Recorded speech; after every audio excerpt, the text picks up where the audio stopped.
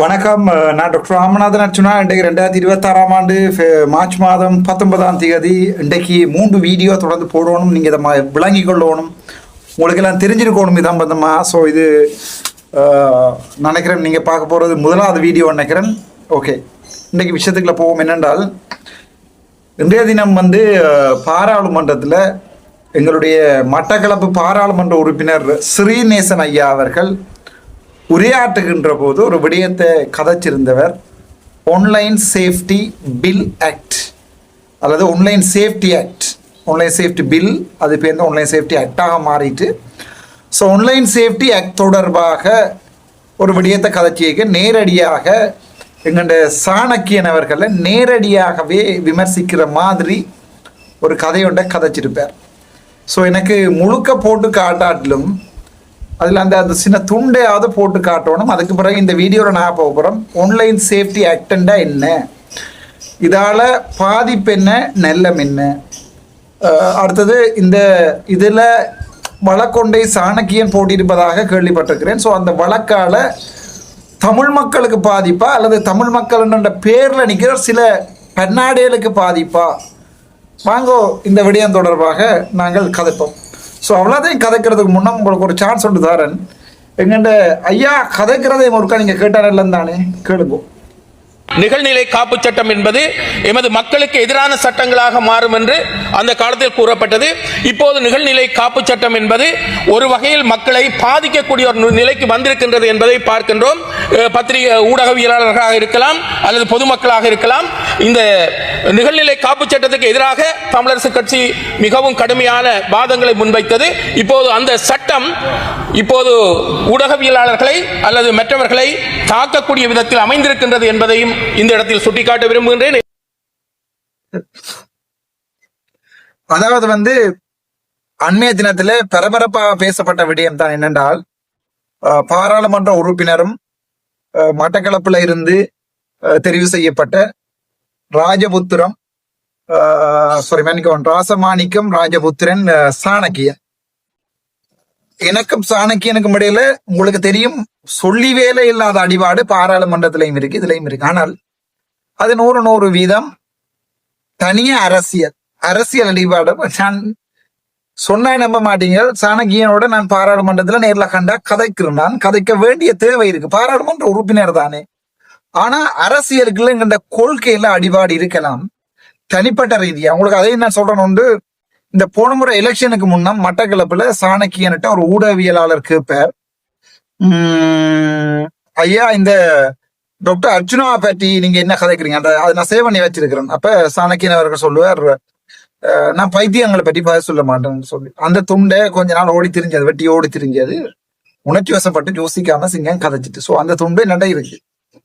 அதே மாதிரி நானும் சில இடங்கள்ல சாணக்கியன் தொடர்பாக நேரடியாக சில விடயங்களை கதைச்சிருக்கிறேன். நான் தான் ஒளிஞ்சொழிஞ்ச கதைக்கிறாள் இல்லை, உங்களுக்கு தெரியும் தானே.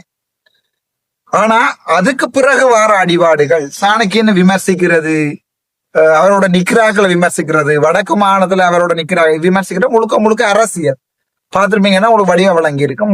முழுக்க தமிழ்நாட்டின் துரோகி என்றதும் ஊழல் என்று சொல்றதும் இது முழுக்க அரசியல். இங்கே அதாவது அரசியலா எதிர்காக்கிறனே ஒழிய சாணக்கியனை நாளைக்கு ரோட்ல கண்டா கத்தி எடுத்து குத்துற அளவுக்கு ஒன்றுமிங்க வங்குரோத்து நிலைமையில நானும் இல்லை, சாணக்கியனும் இல்லை, சுமந்திரனும் இல்லை, வேற யாருமே இல்லை.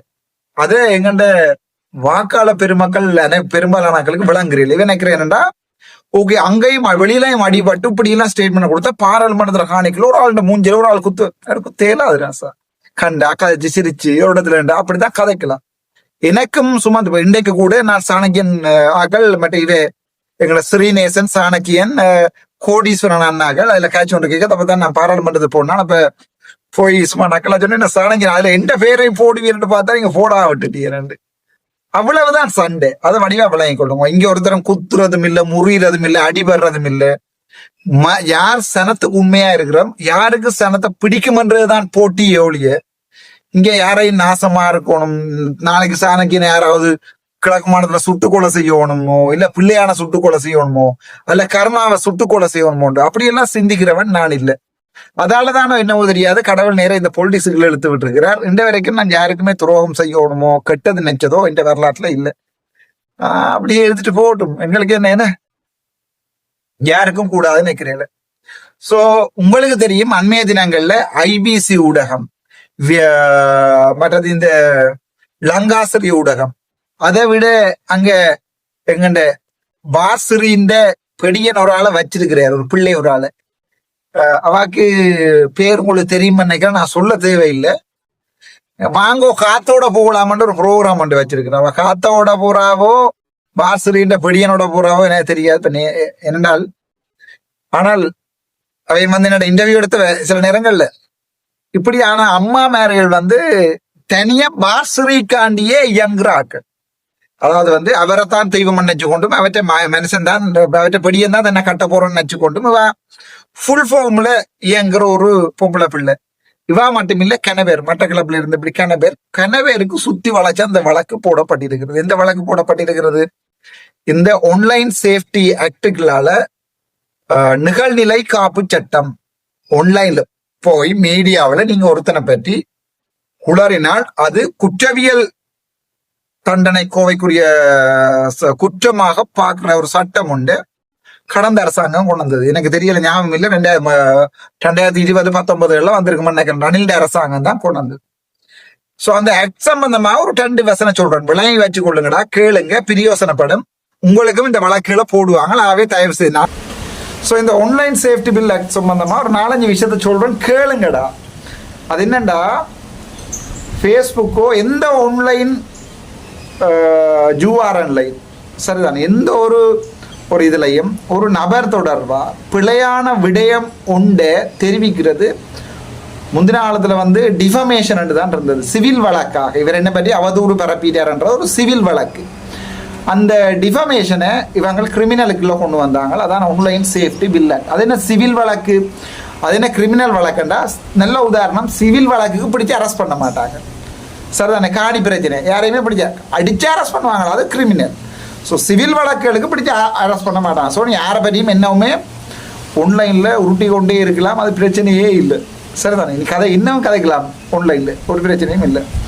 அந்த விடயத்தை ஆன்லைன் சேஃப்டி ஆக்ட் ஒரு ஆக்ட் ஒன்றை கொண்டு வந்தாங்க. பிள்ளையான விடயத்தை ஒருவர் தொடர்பாக ஊடகங்களில் பரப்பினா அவருக்கு எதிராக நடவடிக்கை எடுக்கலாம் என்று ஒரு ஆக்ட் ஒன்றை கொண்டு வந்தாங்க. தான் இந்த ஆன்லைன் சேஃப்டி ஆக்ட்.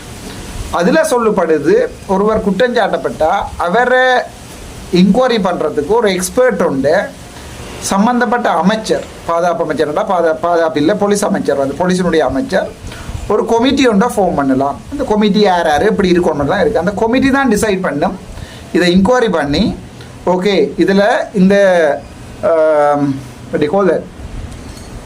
இவர்கள் வந்து பிழையை செய்திருக்கிறாங்களா இல்லையா என்கிற தொடர்பாக அந்த கமிட்டி தீர்மானிக்கும்.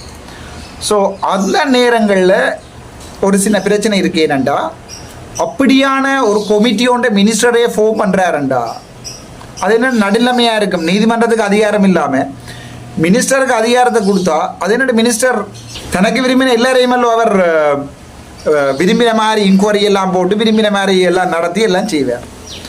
ஸோ அதுதான் அந்த ஆன்லைன் சேஃப்டி பில் ஆக்டினுடைய பிரச்சனை. அதற்காக தமிழரசு கட்சி ஒரு காலத்தில் குரல் கொடுத்தது. ஆனால் சில ஊடகங்கள், முக்கியமாக இந்த பார்சிரியை தூக்கி வச்சிருக்கிறோம் ஏன்னா ஒரு முட்டாள ஒரு அரசியல்வாதியாக வச்சிருக்கிறதுல கள்ளங்களுக்கு லாபம். ஏன் இந்த முட்டாளுக்கு நாய் துண்டு மாதிரி ஒரு 5 லட்சத்தை போட்டு விட்டா இந்த முட்டாள் பாதுகாப்பார். நீங்கள் நினைக்கிற மாதிரி இல்லை, ஒரு எம்பியாக இருந்தால் மேக்சிமம் லெவலில் ஊழல் செய்யலாம் சரிதானே. ஸோ பாசரி மாதிரியான ஒரு முட்டாளை எம்பியாக வச்சிருக்கிறது லாபம்.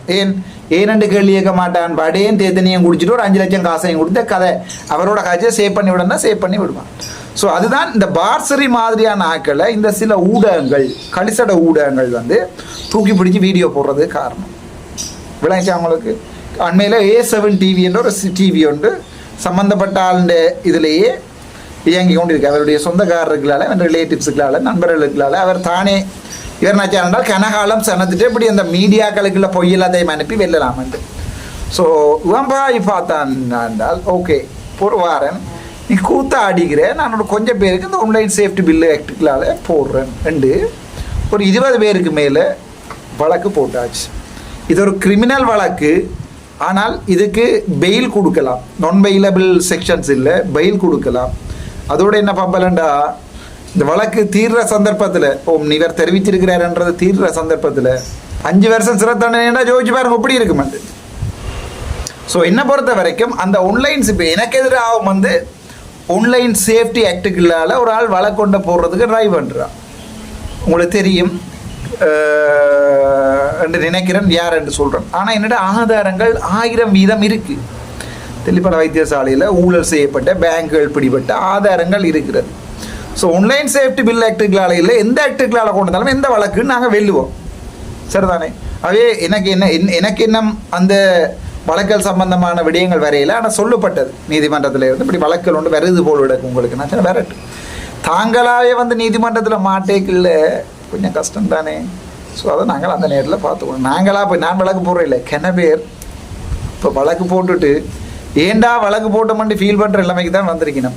ஸோ இவை வரட்டும், வார நேரங்கள் என்ன செய்யலாம், நாங்கள் அதை பார்த்துக்கொள்வோம். ஆனால் என்ன பொறுத்த வரைக்கும் நான் நினைக்கிறேன், மற்ற விடயங்களில் சாணக்கின்ற விஷயத்தில் எனக்கு பிடிக்காமல் இருந்தாலும் இந்த கன மீடியாக்காரருக்கு இந்த ஒரேடியாக கிளைமோரோண்டு வச்சது நல்ல நினைக்கிறேன். இந்த இப்படியானாக்களுக்கு வச்சு தான் தீர வேணும். ஸோ இதில் பார்த்தீங்கன்னா இன்றைக்கு எங்கள்ட ஸ்ரீநேசன் குளறி இருப்பார். ஏன் ஸ்ரீநேசன் குளறி நினைக்கிறீங்க? ஸ்ரீநேசன் பார்சிரியினுடைய நல்ல நண்பர். அதாவது தமிழரசு கட்சிக்குள்ளுக்குள்ளேயே பார்சிரியோட நல்லா இருக்கிறது ஸ்ரீநேசன் ஐயா. ஸோ எனக்கு விலங்கையில் ஸ்ரீநேசன் மாதிரியானாக்கள் எதுக்கு போய் இந்த கள்ளங்களுக்கு முக்கியமாக பார்சிரியலுக்கு முட்டு குடிக்கணுமான்னு விளங்கியலை. அவர் நல்லவராக இல்லையான்றது வட்டக்கிழப்புலேருந்து நீங்கள் தான் எனக்கு சொல்லணும்.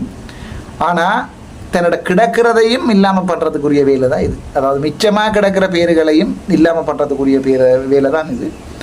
ஸோ அதுதான் இன்றைக்கு பாராளுமன்றத்தில் கதைக்கப்பட்டிருக்கிறது.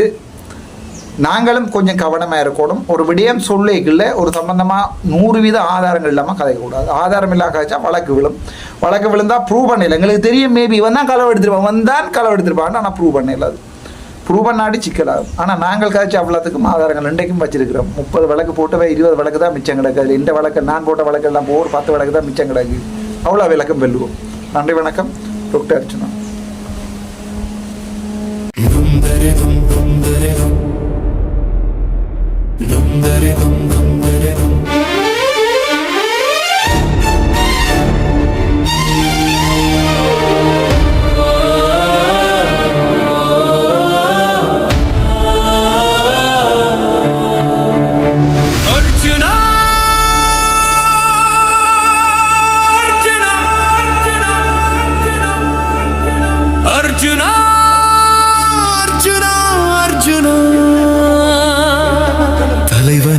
பிள்ளை நீயடா, தமிழரின் நம்பிக்கை நீயடா, மக்களின் நெஞ்சில் நின்றவன் நீயடா. அர்ஜுனா அர்ஜுனா அர்ஜுனா அர்ஜுனா, தலைவனின் பிள்ளை நீயடா.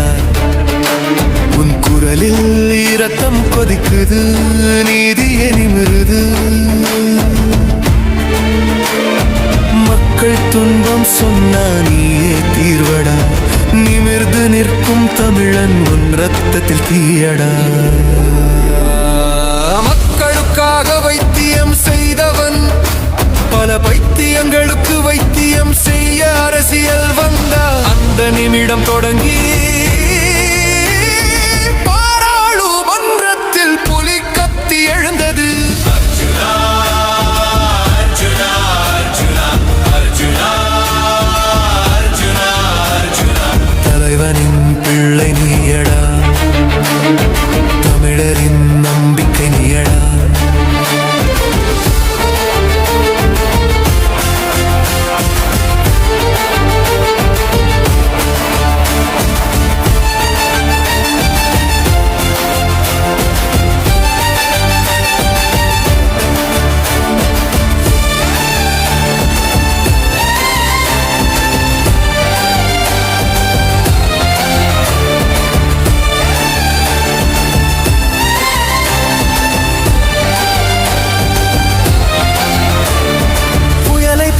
பேசும் தீயை போல ஏறும் மக்களின் சத்தம் நீயடா.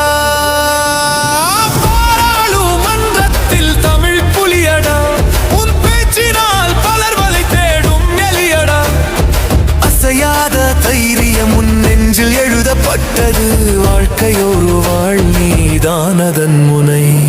மனதில் மின்னல் குரலில் சக்தி நீதிக்கு நடக்கும் தமிழ் மரம் நீ எதிரிகள் வந்தாலும் தாழ்வில்லை. உன் பெயர் சொல்லும் போது மார்பு நிவருது. மரணத்திற்காக பயந்தவர் மத்தியில் உன் பேச்சால் மக்கள் நம்பிக்கை கண்டான். உன்மேல் வந்த பழியடா அது வந்து பறந்தது தூசடா.